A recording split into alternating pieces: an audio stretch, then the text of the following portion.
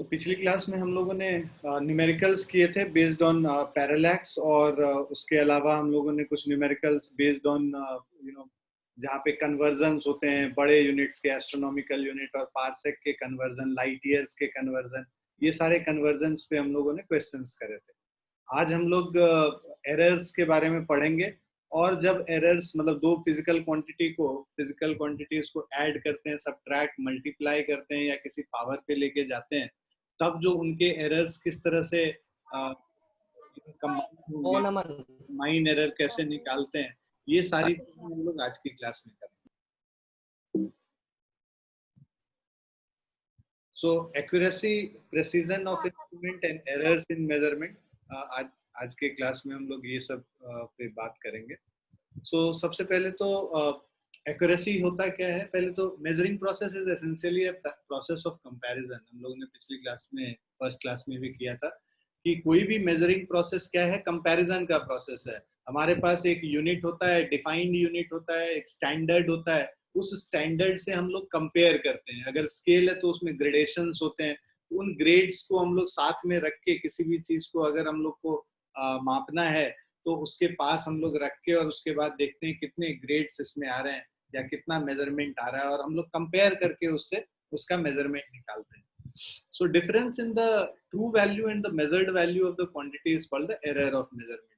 तो ये basically error of measurement क्या होता है ये बता रहा है।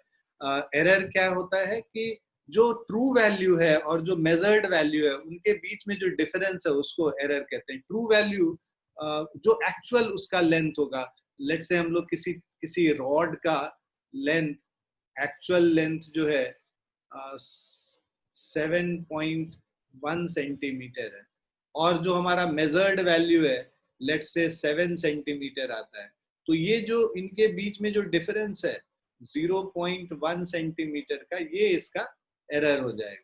तो ट्रू वैल्यू और मेजर्ड वैल्यू में जो डिफरेंस होता है वो हमारा एरर होता है। So error in a quantity is equal to true value minus measured value of the quantity. ये आपका फॉर्मूला हो गया। टाइप्स ऑफ एरर्स जो होते हैं, पहले हम लोग थोड़ा डिटेल में करेंगे टाइप्स ऑफ एरर्स, ये थ्योरेटिकल पोर्शन है। The errors in measurement can be broadly classified as systematic error, random error और gross error। तीन तरीके के एरर्स होते हैं, एक सिस्टमैटिक एरर हो गया, दूसरा रैंडम एरर हो गया और तीसरा ग्रॉस एरर।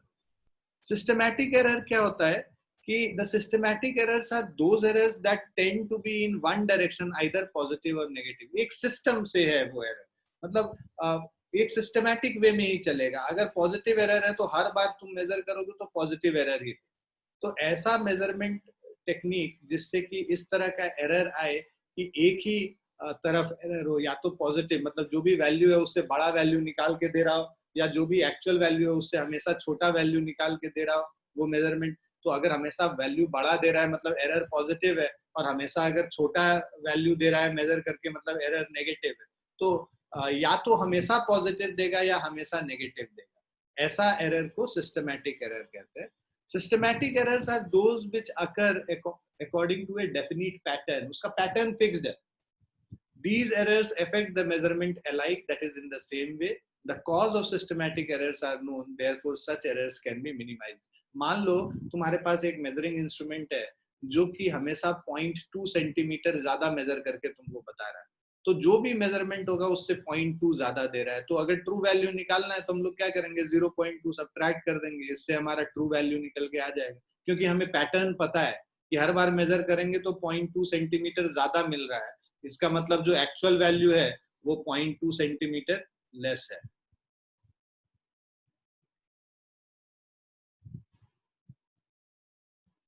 ना तो cause of systematic error is known और देयरफॉर उसको हम लोग मिनिमाइज करते हैं। तो हमारे पास अगर कॉज पता होता है तो उसको मिनिमाइज करना आसान होता है, करते हैं। फिर इसमें सिस्टमैटिक एरर के बाद दूसरा जो एरर था हमारा, तो अब सोर्स ऑफ सिस्टमैटिक एरर पहले समझेंगे कि इसमें जो सिस्टमैटिक एरर के क्या सोर्सेस हैं, राइट। तो सोर्स ऑफ सिस्टमैटिक एरर, पहला सोर्स होता है इंस्ट्रूमेंटल एरर। जो मैंने बोला ना, हर बारी 0.2 सेंटीमीटर ज्यादा दे रहा है तो इंस्ट्रूमेंट का एरर है। जो हम मेजर कर रहे हैं, मेरा स्केल ही गलत है, जिस स्केल से मेजर करते हैं वो स्केल हमेशा 0.2 सेंटीमीटर ज्यादा दे रहा है, तो वो किसका एरर हुआ? इंस्ट्रूमेंट का एरर हो गया। तो इंस्ट्रूमेंटल एरर उसको कहेंगे, that arise from the error due to the imperfect design or calibration of the measuring instrument। Design में गड़बड़ है, लेंथ बड़ा छोटा बना दिया इन्होंने। कैलिब्रेशन का मतलब कैलिब्रेट करते हैं कोई भी चीज को, मतलब 0 पे 0 ही बताना चाहिए। कैलिब्रेशन का मतलब ये होता है, मतलब तुम कभी कभी देखोगे, पता नहीं तुम लोग डिजिटल वाला वो एक वर्नियर कैलिपर होता है डिजिटल, उसको हमेशा पहले स्टार्ट करने के पहले ना 0 पे कैलिब्रेट करना पड़ता है। उससे भी आसान तरीका, तुम लोग सब्जी या कोई ऐसे किराना के दुकान पे जाते हैं ना राशन वाशन लेने, तो उसके पास वो जो डिजिटल वाला जो वेइंग मशीन होता है, उस पे कभी कभी देखो बिना कोई चीज मेजर किए वो 10 ग्राम 100 ग्राम दिखा रहा होता है ना। महान महान सब है दुकानदार सब है ना, ठगने के लिए वो पहले से ही कुछ करके रखता है उसमें। तो फिर जो हम लोग स्मार्ट आदमी है तो हम लोग बोलेंगे भाई उसको 0 करो, तो उसके पास एक रीसेट का बटन होता है, उसको दबाते हैं वो 0 0 हो जाता है। नोटिस किया है तुम लोगों ने? यस तो 0 जब आ जाता है तब फिर हम लोग उस पे प्लीज बेटा ये सब चीज मत करो, एनोटेशन वगैरह, है ना।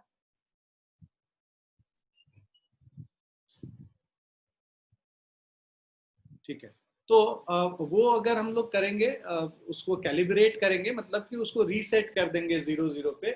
जब रीसेट 0 0 पे हो जाता है तब मेजरमेंट करते हैं। तो अगर रीसेट ठीक से नहीं किया हुआ है, कैलिब्रेशन में गड़बड़ है, मतलब 100 ग्राम पहले से ही दिखा रहा है, अगर हम उसमें अब सब्जी डालेंगे तो 900 ग्राम ही डालेंगे तो 1 kg दिखाने लगेगा कि 1 kg अनियन हमने खरीद लिया, प्याज 1 किलो हमने खरीद लिया। तो ये जो एरर है ये इंस्ट्रूमेंटल एरर हो, मतलब एक तो डिजाइन का इम्परफेक्शन, कैलिब्रेशन का imperfection, 0 error in the instrument. यही 0 एरर का मतलब, जब 0 दिखाना चाहिए 0 की जगह वो क्या दिखा रहा है? 100 दिखा रहा है, राइट। 100 ग्राम 0.1 kg दिखा रहा है, तो मतलब वो 0 एरर है। 0 एरर का मतलब जिस समय 0 होना चाहिए उस समय वो कुछ और मेजरमेंट दिखा रहा हो, ऐसे एरर को 0 एरर कहते हैं। अब ये तो हो गया इंस्ट्रूमेंटल एरर्स। अब दूसरे तरह का सिस्टमैटिक एरर है इम्परफेक्शन इन एक्सपेरिमेंटल टेक्निक और प्रोसीजर।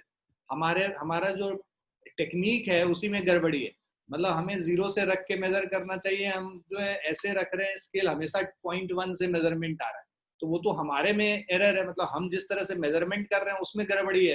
तो उसको कहते हैं इम्परफेक्शन इन एक्सपेरिमेंटल टेक्निक और प्रोसीजर। तो सिस्टमैटिक एरर का पहला कारण हो गया इंस्ट्रूमेंट में एरर, दूसरा कारण हो गया इम्परफेक्शन इन एक्सपेरिमेंटल टेक्निक और प्रोसीजर, तीसरा है पर्सनल एरर, है ना। पर्सनल एरर मतलब हमारे अंदर ही बायस है, that arises due to an individual's bias or lack of proper setting of the apparatus or individual's carelessness in taking observation without observing proper precaution। तो बेसिकली जो personal हमारे लेवल पे, मतलब एक इंसान है जो हमेशा ही हड़बड़ी में मेजरमेंट कर रहा है और हमेशा जो है स्केल को ठीक से नहीं रखता, 0.1 पे रख देता है बिना ध्यान दिए, तो ये एक पर्सनल एरर हुआ हमारे वजह से। तो सिस्टमैटिक एरर के 3 कारण है, इंस्ट्रूमेंट में गड़बड़ी, हमारे मेजरमेंट टेक्निक में गड़बड़ी, और एक पर्सनल एरर जो हमारा बायस, मतलब हमारे मेजरमेंट टेक्निक में ही, मतलब टेक्निक नहीं बेसिकली हमारा जो तरीका है हमेशा कोई काम करने का उसी में गड़बड़ी है जिसकी वजह से वो एरर आ रहा है। So systematic error can be minimized by improving experimental techniques, selecting better instrument and removing personal bias। तो इन 3 चीज को हटा देंगे, पर्सनल एरर, इंस्ट्रूमेंटल एरर और एक्सपेरिमेंटल टेक्निक को कैसे हटा सकते हैं? हम इंप्रूव करेंगे एक्सपेरिमेंटल टेक्निक को, बेटर इंस्ट्रूमेंट को चूज करेंगे जिसमें गड़बड़ ना हो, और अपने पर्सनल बायस को, अपने तरीकों को हमेशा थोड़ा सुधार करेंगे जिससे कि आगे मेजरमेंट सही हो। अब ये तो हो गए 3 तरीके के सिस्टमैटिक एरर्स। मतलब दूसरे तरीके का एरर हमने देखा था वो रैंडम एरर है, ठीक है। अब रैंडम एरर क्या बताता है? Random errors are those errors which occur irregularly and hence are random with respect to sign and size। So these can arise due to random and unpredictable fluctuations in experimental conditions, personal unbiased errors by the observer, taking readings, etc। तो ये सारा random error क्या है कि ऐसा error है जो irregularly अकर करता है, मतलब कभी पॉजिटिव आ जाएगा, कभी नेगेटिव आ जाएगा, कभी ठीक आ जाएगा मेजरमेंट। तो ये साइज और साइन दोनों चेंज करता है, मतलब कभी एरर ज्यादा कम हो सकता है, मतलब जो एक्चुअल मेजरमेंट है उससे ज्यादा मेजरमेंट हो सकता है, उससे कम मेजरमेंट हो सकता है, मतलब पॉजिटिव नेगेटिव दोनों तरह के का हो सकता है। ऐसे एरर को रैंडम एरर कहते हैं। और इनका जो ये होता क्यों है, random and unpredictable fluctuations in experimental condition, है ना। पर्सनल एरर मतलब मेजरमेंट कर रहे हैं और गलती से हाथ हिल गया, तो ये सब पर्सनल एरर्स की वजह से हो सकता है जब ऑब्जर्वर रीडिंग ले रहा है, या फिर कुछ ऐसा फ्लक्चुएशन हो गया आसपास में जहाँ जिसकी वजह से एक्सपेरिमेंटल कंडीशंस जो है थोड़े से डिस्टर्ब हो गए, जिसकी वजह से रैंडम एरर आता है। Random error can be minimized by repeating the observation a large number of times and taking the arithmetic mean of all the observation. तो ये तरीका हम लोग लेबोरेटरी में भी अपनाते हैं। अगर आप लोग लैब वगैरह में 10th क्लास में गए हैं किसी लैब में, तो हम लोग को हमेशा प्रैक्टिकल फाइल में क्या बोला जाता है, 5 मेजरमेंट लो और उन मेजरमेंट्स का फिर एरिथमेटिक मीन निकाल लो। मान लो हमने रीडिंग्स 5 ली, एक x1 हो गया, x2 हो गया, x3 हो गया, x4 हो गया और x5 हो गया। अब बोलता है कि इसका मीन निकाल लो, x1 plus x2 plus x3 plus x4 plus x5 divided by 5, sum of all the observation by total number of observation करके हम लोग मीन रीडिंग निकाल लेते हैं। तो ये जो मीन रीडिंग होता है इसमें कम से कम एरर होता है। तो रैंडम एरर को मिनिमाइज करने के लिए हम लोग क्या करते हैं, जो भी एक मतलब एक से ज्यादा बार ऑब्जर्वेशंस करते हैं, रीडिंग्स लेते हैं, रिपीट करते हैं ऑब्जर्वेशंस को, और उन सारे ऑब्जर्वेशंस का एरिथमेटिक मीन निकाल लेते हैं। तो जो एरिथमेटिक मीन होता है वो ट्रू वैल्यू के बहुत निकट होता है, बहुत पास होता है, वो दूर नहीं होता है ट्रू वैल्यू से। तो वहां पे एरर जो है मिनिमाइज हो जाता है। मान लो एक बार पॉजिटिव एरर हमारा है, एक्चुअल मेजरमेंट 7 सेंटीमीटर, जो ट्रू मेजरमेंट, पहली बार हमने मेजर किया 7.1 आया, दूसरे बार में 6.9 आया, तीसरे बार में 6.8 आया, फिर 7.2 हो गया और फिर 7.1 हो गया। ठीक है, इन सब का हम लोग क्या करते हैं, ऐड करके उसको 5 से सब डिवाइड कर देते हैं, तो हमारा मीन एरर आ जाएगा। तो मीन वैल्यू आ जाएगा, मीन वैल्यू करोगे तो देखो ये दोनों तो आपस में कैंसिल हो गया, ये कैंसिल हो गया, 7.1 एक आ गया। ठीक है, तो 7 तो ये 14 28 35.1 डिवाइडेड बाय 5 ये करोगे तो 7.02 सेंटीमीटर आए।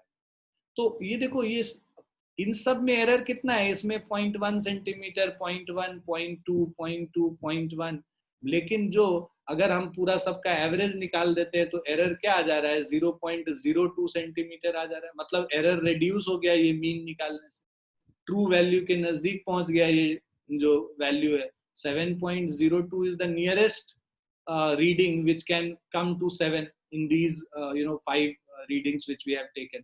तो ये जो 5 बार हम लोगों ने मेजर किया उसमें जो नियरेस्ट पहुंच रहा है ये कौन सा पहुंच रहा है, 7.02 वाला पहुंच रहा है, क्योंकि हम लोग इसका एरिथमेटिक मीन निकाल लिए है ना।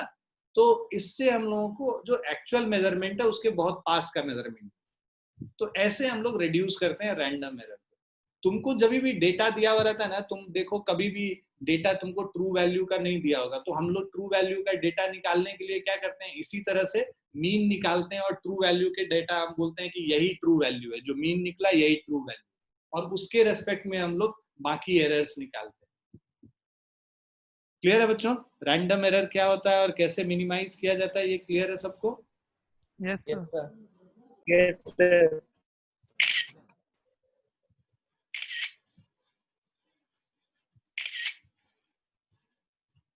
अब हम लोग आते हैं तीसरे तरीके के एरर पे, उसको ग्रॉस एरर कहते हैं। सो ग्रॉस एरर क्या है, these errors arise on account of sheer carelessness of the observer. For example, reading an instrument without setting it properly. तो ऐसे एरर्स को ग्रॉस एरर्स कहते हैं, और ये किसके वजह से है, ये हमेशा केयरलेसनेस ऑफ ऑब्जर्वर के वजह से है ना। तो हम लोग ने ध्यान नहीं दिया और हमने बिना सेट किए इंस्ट्रूमेंट को ठीक से हमने मेजरमेंट कर लिया, तो उससे बहुत बड़ा एरर आ जाता है, उसको ग्रॉस एरर कहते हैं। रिकॉर्डिंग द ऑब्जर्वेशंस रॉन्गली, है ना, देखना है 7.2 लिख रहे हैं हम लोग 7.6 या 8.2, है ना, गड़बड़ी कर लिया हमने, 7 की जगह 8 लिख लिया, तो वो सारा जो ऑब्जर्वेशन ठीक से ना लिखा हो या फिर इंस्ट्रूमेंट को ठीक से सेट नहीं किया हो, जिससे जो एरर आ रहा है बहुत ह्यूज अमाउंट में आ रहा है, उसको ग्रॉस एरर। अब इसके बाद लीस्ट काउंट एरर एक टाइप ऑफ एरर है। तो टाइप ऑफ एरर यही 3 है मेन, सिस्टमैटिक एरर हो गया, रैंडम एरर हो गया, ग्रॉस एरर हो गया। अब ये जो लीस्ट काउंट एरर है ये क्या होता है? The smallest value that can be measured by measuring instrument is called its least count. ठीक है, तो अगर हम लोग मेजरिंग इंस्ट्रूमेंट से जो स्मॉलेस्ट वैल्यू मेजर करते हैं उसको हम लोग लीस्ट काउंट करते हैं। सो smallest value that can be measured by measuring an instrument is called its least count. Least count error is the error associated with resolution of the instrument. Using instrument of higher resolution and by improving experimental technique we can reduce the least count. इसका मतलब क्या हुआ? देखो हम लोगों के पास जो scale normal जो सेंटीमीटर वाला जो स्केल होता है 15 सेंटीमीटर लंबा मान लो स्केल है हमारे पास, तो इसमें जो मिनिमम हम लोग मेजर कर सकते हैं रीडिंग वो हम लोग मिलीमीटर में मेजर कर सकते हैं। 1 mm is the smallest measurement which we can take. तो यहाँ पे जो लीस्ट काउंट बोलेंगे इस स्केल का, जो सबसे छोटा मेजरमेंट इसमें सही से कर सकते हैं बिना एरर के कर सकते हैं, वो क्या है? 0.1 सेंटीमीटर या 1 मिलीमीटर, है ना। स्केल में देखोगे ना 1 से लेके 0 से लेके 1 सेंटीमीटर के बीच में 10 डिविजन्स होते हैं। मतलब 1 सेंटीमीटर को 10 पार्ट में डिवाइड करोगे तो 0.1 सेंटीमीटर आएगा। हर डिवीजन का जो रीडिंग होगा वो 1 मिलीमीटर हो गया। तो मतलब हम स्केल से जो सबसे छोटा मेजरमेंट कर सकते हैं वो क्या कर सकते हैं? 1 mm मेजर कर सकते हैं। तो हमारा ये लीस्ट काउंट हो गया उस स्केल का। ठीक है, तो लीस्ट काउंट हमारा 1 mm हो गया। अब लीस्ट काउंट एरर का मतलब जो मैक्सिमम एरर इस इंस्ट्रूमेंट से हम लोग को होना चाहिए मेजरमेंट में वो 1 mm का ही होना चाहिए। मान लो मेरे पास एक रीडिंग है, अब ये हमारे पास मिलीमीटर के लाइंस हैं 1 2, सो ये मान लो 0 वाला लाइन है 1 2 3 4 और ये 5 वाला लाइन हो गया, फिर 1 2 3 4 और 5 वाला लाइन हो गया, ये 1 सेंटीमीटर। अब मेरे पास जो एक्चुअल मेजरमेंट था वो यहाँ पे कहीं पे है। ठीक है, मतलब ये 0.1 0.2 0.3 0.2 और 0.3 के बीच में है कोई वैल्यू।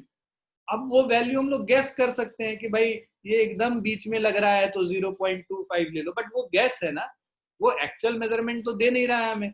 तो वहां पे बिकॉज एक्चुअल मेजरमेंट नहीं आ रहा है तो हम लोग ये मानते हैं कि ये वैल्यू बिकॉज 0.2 और 0.3 के बीच में कुछ वैल्यू है, तो इसका जो गैप है वो गैप कितना है? 0.1 सेंटीमीटर का है।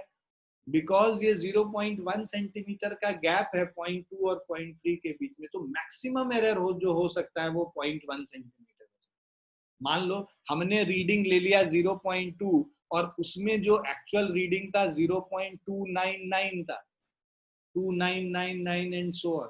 तो ये 0.2 और 0.3 के बीच में है कहीं पे रीडिंग, और हमने लिया है ये, तो इसमें जो एरर है इन दोनों का डिफरेंस क्या आ जाएगा? ऑलमोस्ट 0.1 सेंटीमीटर आ जाएगा। तो 0.1 सेंटीमीटर इसका मैक्सिमम एरर हो सकता है, जिसको कि हम लोग लीस्ट काउंट एरर कहते हैं। ये क्लियर है? Yes sir. नेक्स्ट पे चलते हैं। जिसको भी दिक्कत होगी प्लीज पूछ लेना, बेझिझक पूछना। तुम्हारे लिए ही ये क्लासेस हो रही हैं और तुम्हारे बेहतरी के लिए। अगर तुम्हें ही नहीं समझ में आया तो सारा पर्पस डिफीट हो जाए। तो इसीलिए जिसको भी ना समझ में आए प्लीज अपना जो है झिझक को हटा के और पूछना है ना। आप जितना ज्यादा पूछेंगे आपको उतना नॉलेज गेन होगा। ठीक है, तो इसीलिए अपने मन में कोई भी ये मत रखिए डाउट, और ये मत सोचिए कि बाकी लोग क्या सोचेंगे कि अरे इसको तो ये भी नहीं आता है। एक्चुअली में उसको भी नहीं आ रहा होगा, तुम पूछ लोगे तो उस बच्चे का भी भला हो जाएगा, दूसरे का, है ना। उसको लगेगा कि अच्छा सर ने इसका जवाब दे दिया तो मतलब मुझे भी आ गया, है ना। तो उसके मन में भी सवाल है, वो भी सवाल दूर हो जाएगा। तो सवाल को जितना पूछेंगे, मन से जितना खाली करेंगे, उतना ज्यादा आपके मन में नई चीजें जाएंगी और उसका क्लैरिटी उतना अच्छा होगा। ठीक है, तो एकदम प्रॉमिस कीजिए हमसे कि हम लोग सब लोग सवाल पूछेंगे अच्छे से। चलिए, एब्सोल्यूट एरर, रिलेटिव एरर और परसेंटेज एरर। अब यहाँ से कैलकुलेशन वाला पार्ट स्टार्ट हो जाता है। तो जो एब्सोल्यूट एरर होता है वो जो ट्रू मेजरमेंट है और जो हमारा मेजर्ड वैल्यू है उनके बीच का जो डिफरेंस है वो एब्सोल्यूट एरर। मतलब the magnitude of the difference between the true value of the quantity and the individual measured value is called the absolute error of the measurement. हमारे पास कोई मान लो ट्रू वैल्यू ए है किसी चीज का, मतलब कोई चीज मेजर करते हैं, इसका ट्रू वैल्यू ए है.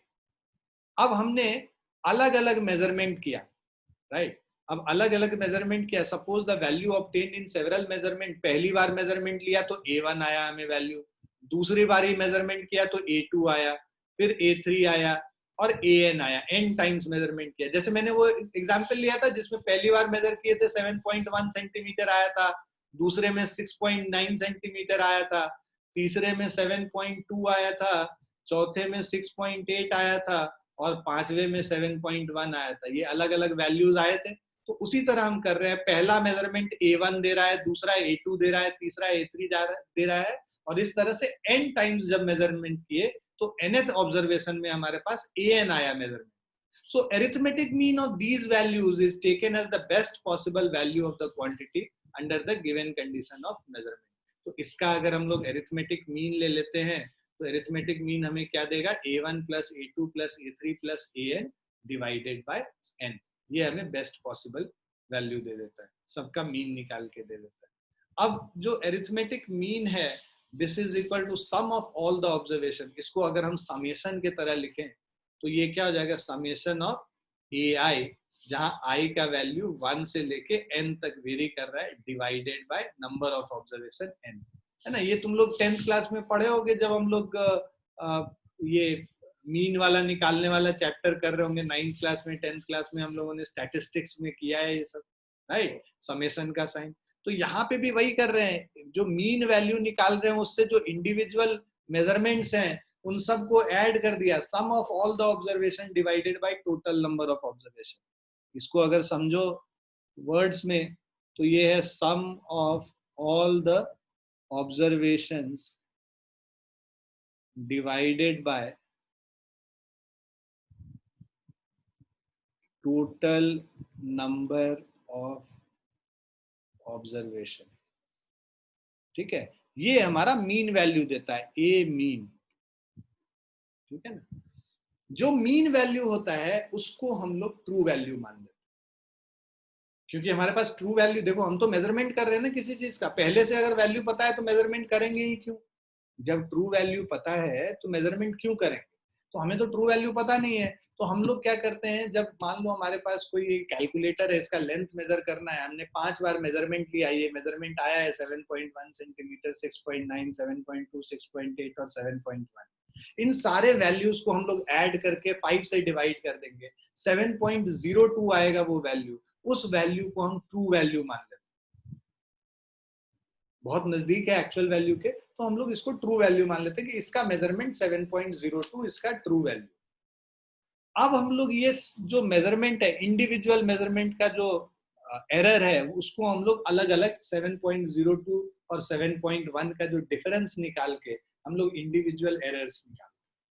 तो ये जो अरिथमेटिक मीन है, it is assumed to be the true value.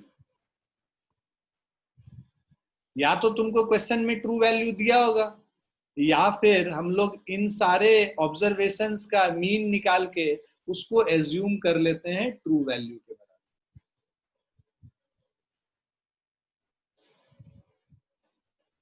Clear है बच्चों? Yes sir. अब हम लोग नेक्स्ट स्लाइड पे चलते हैं. हमें ट्रू वैल्यू पता चल गया. So this is denoted as delta A, जो A mean को हम लिख रहे हैं. In absence of any other method of knowing true value, we considered arithmetic mean as the true value. अगर हमारे पास कोई और मेथड नहीं है ट्रू वैल्यू निकालने का, या वैल्यू नहीं दिया हुआ है ट्रू वैल्यू का, तो ये जो हम लोग एरर का जो मीन निकाले हैं, अरिथमेटिक मीन, है ना, उसको हम लोग ट्रू वैल्यू कहते हैं. ठीक है, तो वो हमारा हो गया ट्रू वैल्यू. अब then the errors in the individual measured value. अब हम लोग क्या करते हैं, इंडिविजुअल वैल्यू, पहला वाला जो मेजरमेंट मेरे पास A1 था, उसको मीन से सब्ट्रैक्ट करेंगे तो ये हमारा error in the first measurement निकल के आ गया. पहले वाले मेजरमेंट में मतलब 7.02 मीन है, माइनस ऑफ 7.1 कर देंगे जो हमारा वैल्यू है, राइट, तो ये बेसिकली 0.08 माइनस 0.08 जो है ये हमें मीन वैल्यू दे देता है, मतलब इसका पहले वाले मेजरमेंट का एरर मिल जाता है, फर्स्ट मेजरमेंट का एरर, मतलब डेल्टा A1, डेल्टा का मतलब डिफरेंस, तो डेल्टा A1 हमें पहले मेजरमेंट का एरर बता रहा है। उसी तरह डेल्टा A2 हम लोग करेंगे, जो मीन वैल्यू था हमारा डेल्टा A2, ये हमारा मीन वैल्यू था 7.02, उसमें से हम लोग 6.9 को सब्ट्रैक्ट करेंगे तो प्लस ऑफ है ना 0.12 आ जाएगा, ठीक है, 0.13 आ जाएगा, सॉरी 0.12 ही आएगा, ठीक है, सो 0.12 आता है, ठीक है। अब हम लोग ये डेल्टा A3 और डेल्टा AN इस तरह हर मेजरमेंट का इंडिविजुअल एरर्स निकाल लेते, हर मेजरमेंट, और वो हमें delta A1, delta A2, delta A3 इस तरह से डेल्टा AN तक हमें एरर्स देता है हर मेजरमेंट, ठीक है। अब डेल्टा A कैलकुलेटेड अबव में be positive in certain cases and negative, जैसे यहाँ पे नेगेटिव है, यहाँ पॉजिटिव है, right, so in some other cases but absolute error will always be positive. हम लोग क्या करते हैं फिर कि भाई ये जो एरर आया इसका एब्सोल्यूट वैल्यू निकाल लो। एब्सोल्यूट वैल्यू निकालने का मतलब कि जो भी साइंस है उसको हटा के पॉजिटिव कर लेते हैं, मतलब ये 0.08 ही हो जाएगा ये एब्सोल्यूट वैल्यू। उसी तरह इसका एब्सोल्यूट वैल्यू निकालेंगे, पॉजिटिव है ये पॉजिटिव ही रह जाएगा, 0.12 हो गया एंड सो ऑन। तो ये हम लोग पॉजिटिव रखने के लिए कि हमें एरर जो है पॉजिटिव में कैलकुलेट करके आए, तो एब्सोल्यूट एरर्स हम लोग निकालते हैं हर इंडिविजुअल मेजरमेंट से, ठीक है।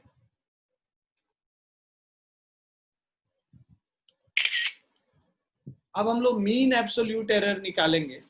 मीन एब्सोल्यूट एरर क्या है कि ये जो हर मेजरमेंट में जो अलग अलग एब्सोल्यूट एरर्स मिला, delta A1, delta A2, delta A3, delta AN, ये सारे अलग अलग वैल्यूज जो हमें मिले एब्सोल्यूट एरर्स के, उन सब को नंबर ऑफ ऑब्जर्वेशन n से डिवाइड कर देते हैं, इन सब एरर्स को ऐड करते हैं और n से डिवाइड कर देते हैं, तो हमें बेसिकली मीन एब्सोल्यूट एरर मिल जाता है।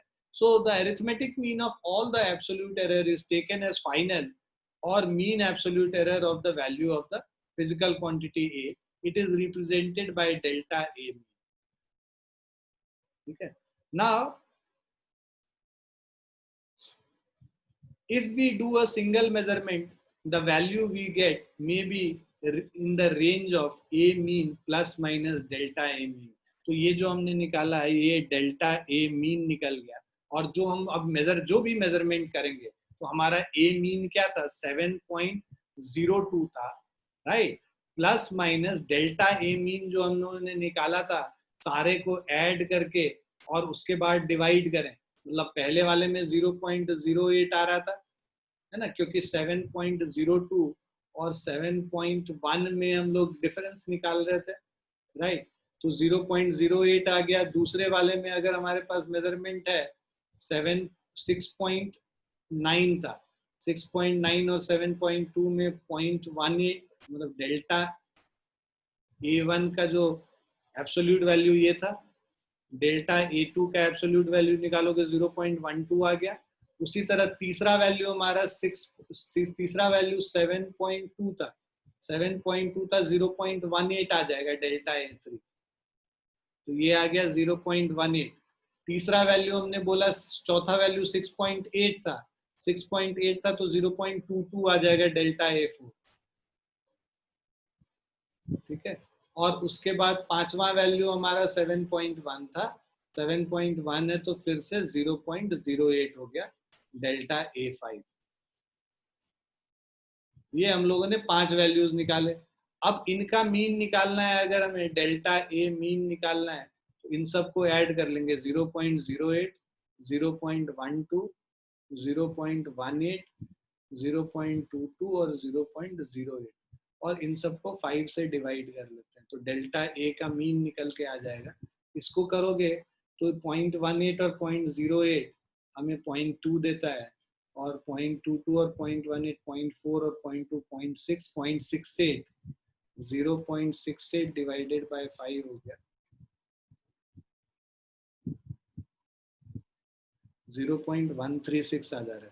तो जो हम वैल्यू लिखेंगे एरर के साथ वो ये लिखेंगे कि ये ट्रू वैल्यू था 7.02 प्लस माइनस 0.136, मतलब मैक्सिमम इतना हमारा एरर हो सकता है 7 पर। तो हम लोग को रिप्रेजेंटेशन का ये तरीका हुआ कोई भी चीज का। अब हम इस मेजरमेंट का जो रिप्रेजेंटेशन करेंगे वो ए mean plus minus delta a mean, मतलब 7.02 प्लस माइनस 0.136 सेंटीमीटर, ये हमारा उसका मेजरमेंट होगा, उसका ये रिप्रेजेंटेशन, जहां पे हम लोग ट्रू वैल्यू और जो एरर्स हो सकता है मीन एब्सोल्यूट एरर वो हम लोग लिखेंगे। ये सबको समझ में आया? Yes, sir. Yes, sir. Yes, sir. का मतलब क्या हुआ कि ये ट्रू वैल्यू से इतना कम, मतलब ए mean minus delta a mean से लेके ए mean plus delta a mean तक इसका वैल्यू हो सकता है ए का। जो रेंज है मतलब 7.02 माइनस 0.136 से लेके 7.02 प्लस 0.136 तक, इसमें से कोई भी वैल्यू इसके बीच का हो सकता है। So this implies that any measurement of the physical quantity A is likely to lie between, ये physical quantity A का जो measurement है A mean plus delta A mean और A mean minus delta A mean के बीच में ही lie करेगा। इसका मतलब ये होता है, इस रिप्रेजेंटेशन का ये मतलब।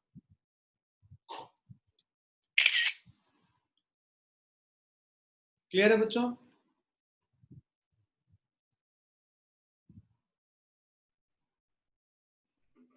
Yes, sir. अब दूसरे तरह का जो एरर है, ये तो मीन एब्सोल्यूट एरर है, अलग अलग रिप्रेजेंटेशन है ना।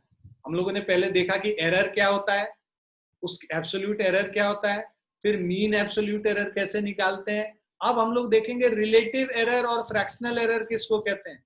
तो रिलेटिव एरर निकालने के लिए हम लोग जो मीन एब्सोल्यूट एरर निकाले हैं डेल्टा ए मीन, उसको मीन वैल्यू से डिवाइड कर दें तो रिलेटिव एरर निकल जाता है। So relative error is ratio of the mean absolute error to the mean value of the quantity measured. So relative error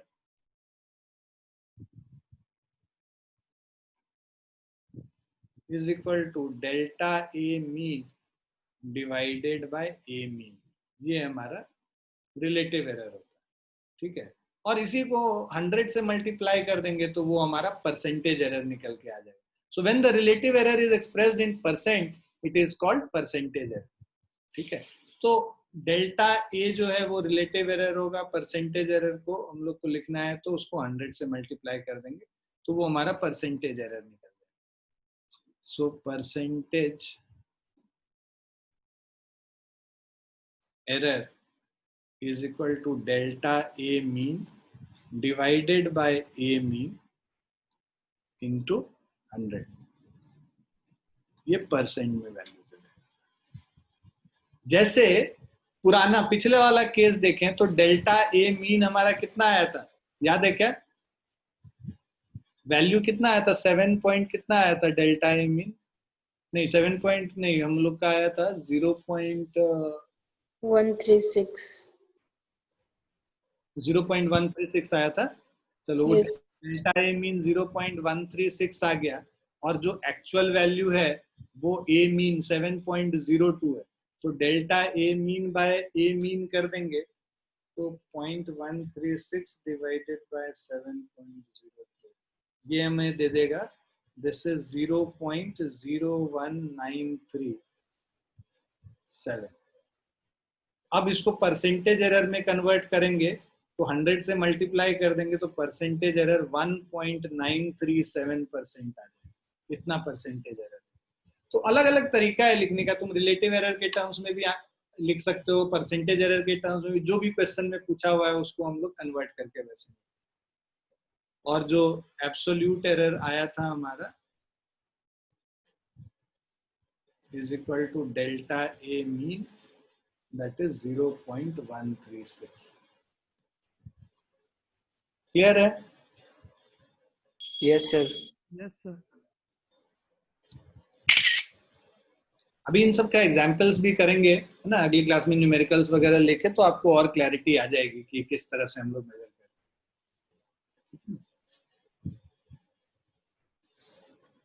सभी ने लिख लिया, आगे बढ़े। Yes sir. अब देखो कॉम्बिनेशन ऑफ एरर कैसे होता है। कॉम्बिनेशन ऑफ एरर का मतलब कि हम लोग ऐड करके, सब्ट्रैक्ट करके, मल्टीप्लाई करके और डिवाइड करेंगे, तो एरर्स पे क्या फर्क पड़ेगा। मेरे पास तो अलग अलग मेजरमेंट है ना। मेरे पास पहला मेजरमेंट है, मान लो कुछ हम लोग लिख रहे हैं, जैसे हम लोगों ने वहां पे लिखा कि 7.02 प्लस माइनस 0.136, ऐसे एक वैल्यू लिखा, राइट।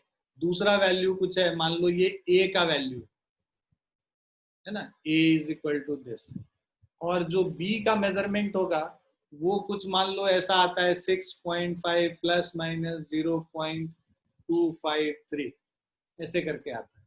अब अगर हम लोग को a और b को ऐड करना है, अगर एक हमारे पास एक फिजिकल क्वांटिटी है c which is equal to a plus b, तो उसमें ये जो वैल्यूज है उसका क्या होगा और एरर का क्या होगा वो हम देखेंगे। उसी तरह अगर हम c is equal to a minus b करते हैं, तब हमारे एरर्स का क्या होगा, c is equal to a into b में क्या होगा, और c is equal to a divided by b में क्या होगा। ये चारों केस हम लोग अभी देखेंगे। तो जो एरर्स है हमारा, अगर सम या डिफरेंस है, दोनों केस में हमारा एरर जो होता है, ये जो मीन एब्सोल्यूट एरर आ रहा है, ये मीन एब्सोल्यूट एरर क्या हो जाता है, ऐड हो जाता है।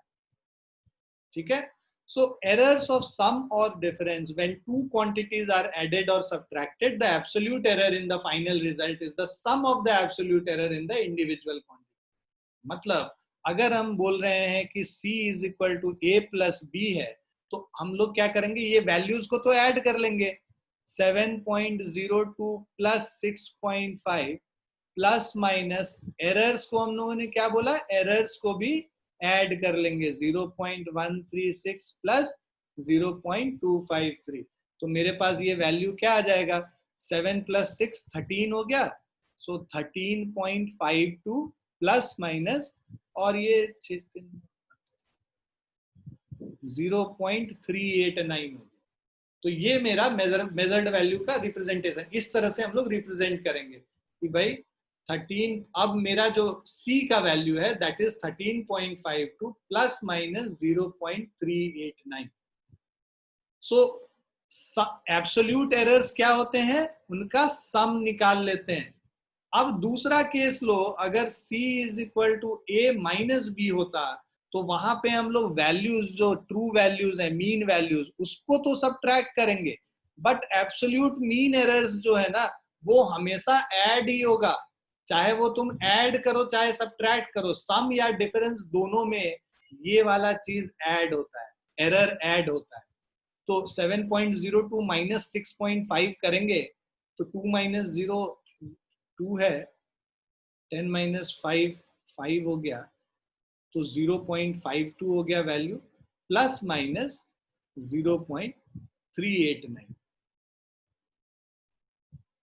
तो ये हमारा C का वैल्यू हो जाएगा। तो चाहे हम दो क्वांटिटी को ऐड करें या सब्ट्रैक्ट करें, वैल्यूज तो उसके ऐड और सब्ट्रैक्ट होंगे, बट जो एब्सोल्यूट एरर्स है वो हमेशा ऐड होता है। क्लियर है बच्चों?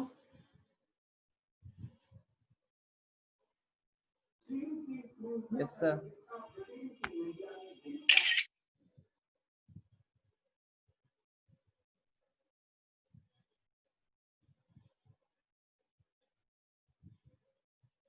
अब हम लोग दूसरा वैल्यू देखते हैं यहाँ पे कि एरर्स ऑफ प्रोडक्ट और कोशेंट के बारे में।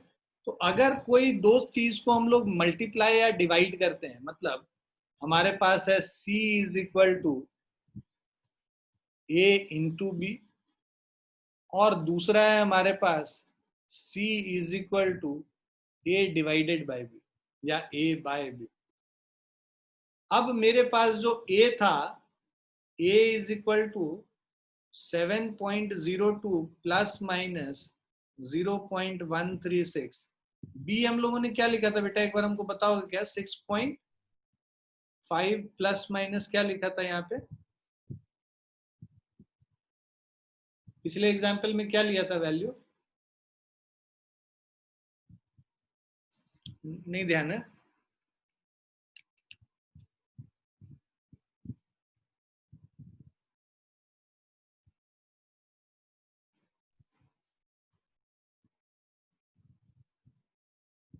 सिक्स 6.5 प्लस माइनस 0.253 लिया था।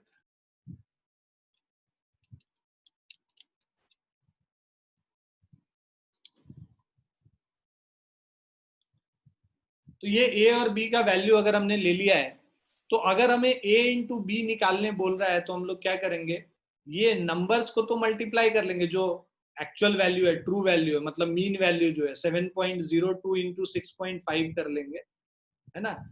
और ये बेसिकली बोल रहा है कि आपका जो प्रोडक्ट और कोशेंट होता है, वहां पे when two quantities are multiplied और divided, the relative error is the result is the sum of the relative error in the multipliers. तो यहाँ पे जो रिलेटिव एरर होगा, तुम देखोगे यहाँ पे रिलेटिव एरर क्या है, डेल्टा ए बाय ए करोगे तो 0.136 डिवाइडेड बाय 7.02 निकालेंगे, तो ये हमें वैल्यू देगा 0.136 डिवाइडेड बाय 7.02, 0.01937। और यहाँ पे अगर हम लोग रिलेटिव एरर देखेंगे डेल्टा बी बाय बी, तो ये हमारा निकल के आएगा 0.253 divided by 6.5, 0.253 divided by 6.5, this is 0.0389। ये मेरा रिलेटिव एरर निकल गया। अब ये कह रहा है कि जो मल्टीप्लाई और या डिवाइड करेंगे उसमें नंबर्स ये तो ऐसे ही होगा, और इसका जो रिलेटिव एरर होगा वो हम लोग डेल्टा जेड बाय जेड जो निकालेंगे, जो इसका जो रिलेटिव एरर होगा,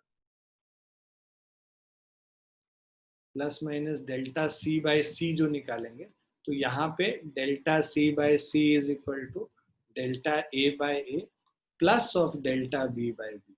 मतलब ये दोनों रिलेटिव एरर ऐड होता है, वहां एब्सोल्यूट वैल्यूज ऐड हो जाता है, सम और डिफरेंस में जो एब्सोल्यूट एरर था वो ऐड कर रहे थे, यहाँ पे रिलेटिव एरर्स को ऐड कर रहे हैं। तो रिलेटिव एरर मेरा है 0.01937 और दूसरे केस में है 0.0389। इनको अगर ऐड कर लेते हैं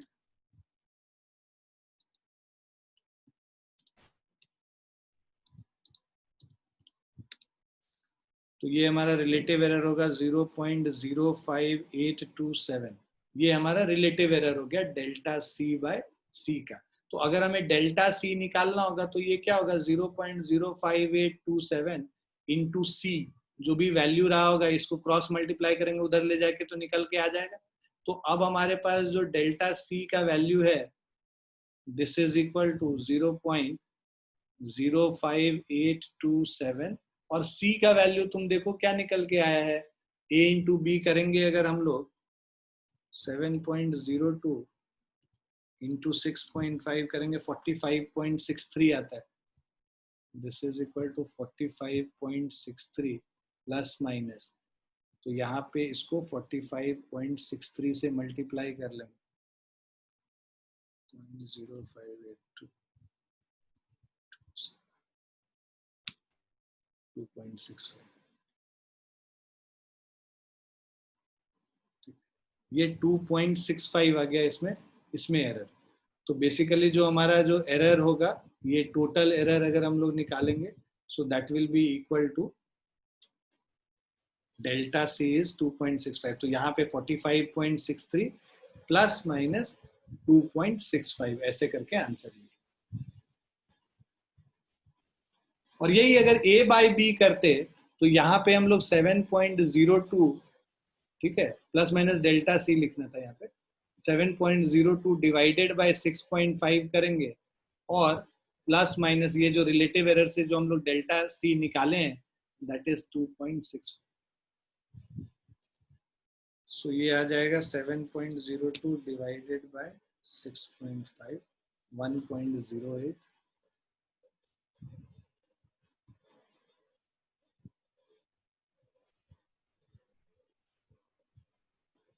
तो जब भी मल्टीप्लाई या डिवाइड करेंगे तो वहां पे हम लोग क्या करेंगे, वहां पे हम लोग उसका रिलेटिव एरर को ऐड करेंगे। मल्टीप्लिकेशन में भी ऐड होगा, डिवीजन में भी रिलेटिव एरर ऐड होगा। क्लियर है सभी को?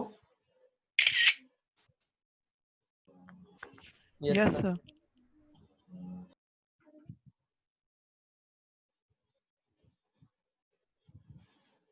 लिख लिया सबने? Yes sir. Yes sir. अच्छा, कोई क्वांटिटी अगर पावर में है, मतलब मेरे पास एक फिजिकल क्वांटिटी है z, जिसको हम लिखते हैं a raise to the power p, b raise to the power q divided by c raise to the power r। आपसे बोल रहा है कि भाई इन सब का जो एरर है उसको हम z में कैसे लिखेंगे, मतलब how will you find the error in z if it is dependent on a b and c with this equation. तो यहाँ देखो, a का पावर p है, b का पावर q है, c का पावर r है। अगर हमें रिलेटिव एरर z का निकालना है, डेल्टा z बाय z, तो वो हो जाएगा p times relative error of a, delta a by a, plus q times relative error of b, delta b by b, plus r times delta c by c। तो चाहे हम लोगों ने देखा प्रोडक्ट और डिवीजन दोनों में हम लोग रिलेटिव एरर को ऐड ही करते हैं, तो यहाँ पे प्रोडक्ट है तो भी ऐड होगा, डिवीजन है तो भी ऐड होगा, और जो पावर में है वो उस रिलेटिव एरर से मल्टीप्लाई हो जाता है, p times delta a by q times delta b by b और r times delta c by c। बहुत अच्छे से तब समझ में आएगा जब हम लोग इस पे अभी न्यूमेरिकल अगली क्लास में करेंगे। So error in case of measured quantity raised to a power, the relative error in a physical quantity raised to the power k is k times the relative error in the absolute in the individual quantity। k times हम लोग error निकाल लेते हैं उसका, अगर power k है। तो यहाँ पे एक एग्जाम्पल दे रखा है, इसमें इस तरह से हम लोग कन्वर्ट कर लेते हैं। कल एक इसका एग्जाम्पल हम लोग करेंगे और उस एग्जाम्पल से आपको सारी चीजें क्लियर हो जाएंगी।